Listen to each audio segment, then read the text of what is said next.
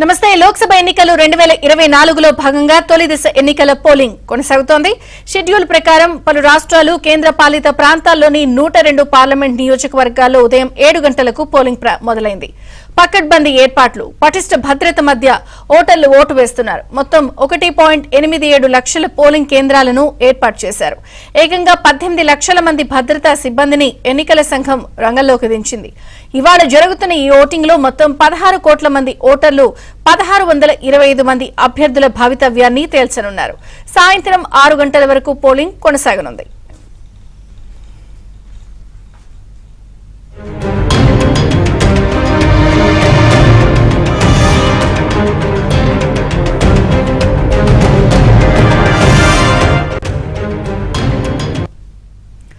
ఏడు దశల లోక్సభ ఎన్నికల అత్యధిక స్థానాలు ఈ దశలోనే ఉన్నాయి.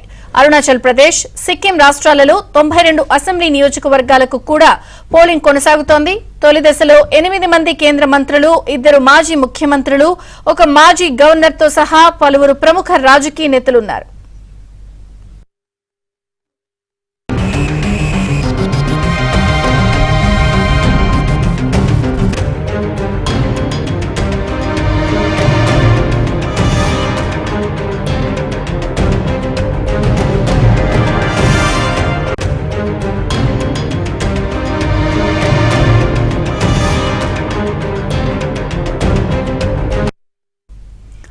తొలి దశలో తమిళనాడు 39 లోక్సభ నియోజకవర్గాలకు, రాజస్థాన్ 12, ఉత్తరప్రదేశ్లో 8, మధ్యప్రదేశ్లో 6, ఉత్తరాఖండ్లో 6, అరుణాచల్ ప్రదేశ్లో 2, మేఘాలయలో 2 స్థానాలకు ఎన్నికలు జరుగుతున్నాయి.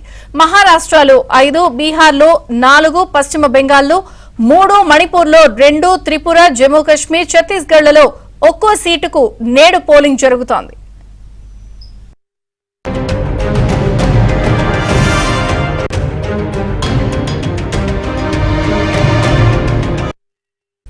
తమిళనాడులోని చెన్నైలో సీఎం స్టాలిన్ ఓటు వేశారు. అలాగే పలువురు సినీ తారలు ఓట్లు వేసేందుకు క్యూ కట్టారు. సూపర్ స్టార్ రజనీకాంత్ తో పాటు పలువురు తమిళ సినీ నటులు తమ ఓటు హక్కును వినియోగించుకున్నారు.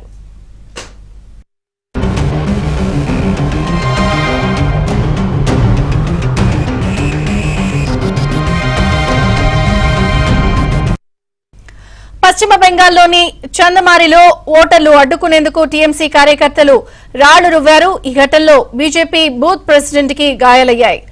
కూచ్ బెహార్లో టీఎంసీ కార్యకర్తలు బీజేపీ నాయకులపై దాడి చేశారు. మొత్తంగా దేశవ్యాప్తంగా మొదటి విడత పోలింగ్ కొనసాగుతోంది. ఓటు వేసేందుకు భారీ సంఖ్యలో ఓటర్లు కూడా క్యూ కట్టారు. సో ఈ మొదటి దశ పోలింగ్ కి సంబంధించి 102 లోక్సభ నియోజకవర్గాల్లో ఎన్నికలు పోలింగ్ ఎలా జరుగుతోంది, మరిన్ని వివరాలు ఢిల్లీ నుంచి మా ప్రతినిధి సతీష్ అడిగి తెలుసుకుందాం. సతీష్. విజయ్ చంద్రిక, 7 విడతల్లో లోక్సభ ఎన్నికల ప్రక్రియ ఇప్పటికే ప్రారంభమైతే మొదటి విడతలో భాగంగా 102 లోక్సభ స్థానాలకు, అంటే 21 రాష్ట్రాల్లోని 102 లోక్సభ స్థానాలకు ఉదయం 7 గంటల నుంచే పోలింగ్ ప్రక్రియ ప్రారంభమైంది. ఇక ఓటర్లంతా కూడా పోలింగ్ కేంద్రాల వద్ద బారులు తీరారు. ఇక పోలింగ్ కేంద్రాల వద్ద కూడా అనేక సదుపాయాలు కూడా ఏర్పాట్లు చేశారు. మరోవైపు వాటర్తో పాటు ఇతర సదుపాయాలను కూడా ఎన్నికల కమిషన్ ఇప్పటికే ఏర్పాట్లు చేసింది. మరోవైపు దాదాపు 102 లోక్సభ స్థానాల్లో కూడా పెద్ద ఎత్తున కూడా ఇప్పటికే ఎలాంటి అవాంఛనీయ ఘటనలు జరగకుండా పోలింగ్ కేంద్రాల వద్ద భారీ కట్టుదిట్టమైన భద్రతా ఏర్పాట్లు చేశారు. ఇక తమిళనాడులోని మొత్తం 39 లోక్సభ స్థానాలకు ఒకే విడతలో ఎన్నికలు ప్రారంభమయ్యాయి. పోలింగ్ అయితే ప్రస్తుతం ప్రారంభమైంది. అక్కడ సినీ నటులు పెద్ద ఎత్తున కూడా ఉదయం నుంచి కూడా పోలింగ్ కేంద్రాలకు వచ్చి ఉదయాన్నే తమ ఓటు హక్కును వినియోగించుకుంటున్నారు. ఇక తమిళనాడు ముఖ్యమంత్రి స్టాలిన్తో పాటు తమిళనాడుకు సంబంధించి సూపర్ స్టార్ రజనీకాంత్తో పాటు అజిత్, మరికొంతమంది సినీ తారలంతా కూడా ఇప్పటికే తమ ఓటు హక్కును వినియోగించుకుంటున్నారు. మరోవైపు ఇక రాజస్థాన్లో 12 స్థానాలకు ఎన్నికలు జరుగుతున్నాయి. అక్కడ కూడా ప్రశాంత వాతావరణంలో పోలింగ్ జరుగుతుంది. మరోవైపు తెలంగాణ గవర్నర్గా పనిచేసిన తమిళసై సౌందరరాజన్ సైతం కూడా తాను ఈ ఎన్నికల్లో పోటీ చేస్తుంది. అక్కడ కూడా పెద్ద ఎత్తున కూడా ఇప్పటికే ఆమె ఎన్నికల ప్రచారం ముగిసింది.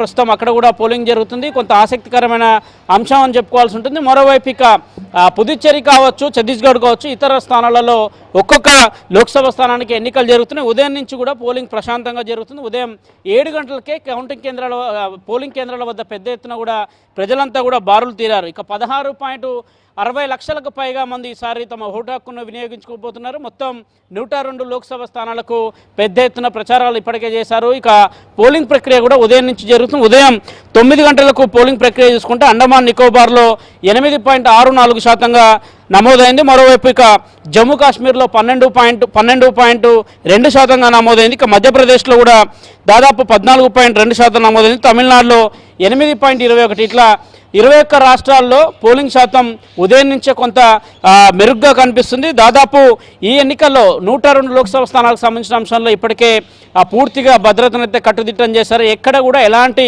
అవాంఛనీయ ఘటనలు జరగకుండా ఉండేందుకు కూడా ఏర్పాట్లు చేశారు. మరోవైపు బెంగాల్కు సంబంధించిన అంశంలో కూడా బెంగాల్లో కూడా కొంత కట్టుదిట్టమైన భద్రతా చర్యలు అయితే చేపట్టారని చెప్పాల్సి ఉంటుంది. ఇంకా వెస్ట్ బెంగాల్కి సంబంధించిన విషయంలో కూడా పెద్ద ఎత్తున కూడా ఇప్పటికే అక్కడ ఏర్పాట్లు చేశారు.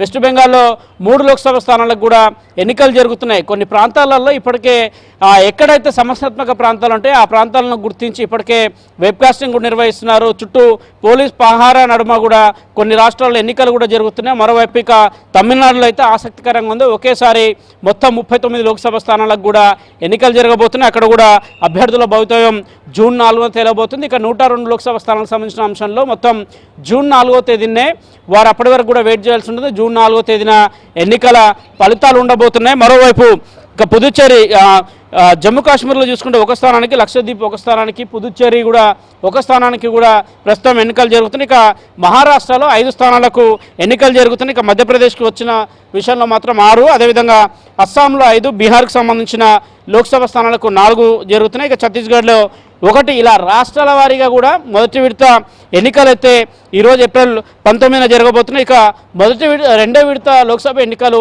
ఏప్రిల్ 26వ తేదీన జరగబోతున్నాయి. ఇక 3వ విడత మే 7వ తేదీ, అదేవిధంగా 4వ విడత మే 13, మే 20, మే 25, ఇక జూన్ 1 వరకు కూడా అంటే 7 దశల్లో లోక్సభ ఎన్నికలు జరగబోతున్నాయి. ఆ రాష్ట్రాల్లో ఇప్పటికే అన్ని ఏర్పాట్లు అయితే చేశారు. మరికొంతమంది రెండో విడతకు సంబంధించిన నామినేషన్లు కూడా దాఖలు చేస్తున్నారు.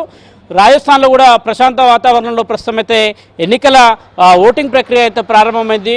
పెద్ద సంఖ్యలో కూడా ఉదయాన్నే ఎండ తీవ్రత ఎక్కువ ఉండడంతో ఉదయాన్నే కేంద్రాల వద్దకు వచ్చి పెద్ద ఎత్తున కూడా తమ ఓటు హక్కును వినియోగించుకుంటున్నారు. ప్రధాని మోదీ సైతం కూడా ప్రతి ఒక్కరు కూడా ఓటు హక్కును వినియోగించుకోవాలని కూడా విజ్ఞప్తి చేశారు ఉదయాన్నే. ఇక వివిధ రాష్ట్రాల్లో జరుగుతున్న ఎన్నికల ప్రక్రియ చూసుకుంటే కూడా ఎక్కడ కూడా ఎలాంటి ఘటనలు చోటు చేసుకోకుండా భారీ భద్రతను కేంద్ర ఎన్నికల సంఘంతో పాటు కేంద్ర బలగాలు సైతం కూడా ఇప్పటికే ఏర్పాట్లు చేస్తున్నాయి.